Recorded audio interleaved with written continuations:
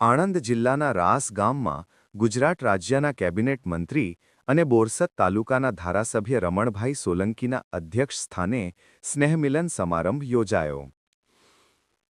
બોરસદ તાલુકાના રાસ ગામે આવેલ રાસ હાઈસ્કૂલ સરદાર વલ્લભભાઈ વડ પાસે કંકાપુરા જિલ્લા પંચાયત સીપ પરિવાર તરફથી સ્નેહમિલન કાર્યક્રમ રાખવામાં આવ્યો હતો, જેમાં મુખ્ય મહેમાન તરીકે બોરસદ ધારાસભ્ય તેમજ ગુજરાત રાજ્યના કેબિનેટ મંત્રી રમણભાઈ સોલંકી, તાલુકા પંચાયત પ્રમુખ, તાલુકા પંચાયત સભ્ય, રાસગામ પંચાયત સરપંચ તેમજ ભાજપના કાર્યકરો મોટી સંખ્યામાં હાજર રહ્યા હતા અને આ પ્રસંગને અનુરૂપ બનાવ્યો હતો.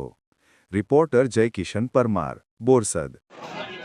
આજરોજ ઐતિહાસિક ગામ એટલે રાસ ગામે કંકાપુરા જિલ્લા પંચાયત સીટના તમામ ભારતીય જનતા પાર્ટીના કાર્યકર્તાઓ, તાલુકા પ્રતિનિધિઓ, સંગઠનના સૌ હોદ્દેદારો, સરપંચશ્રીઓ અને સૌ શુભેચ્છકો સાથે સ્નેહ મિલનનો કાર્યક્રમ હતો.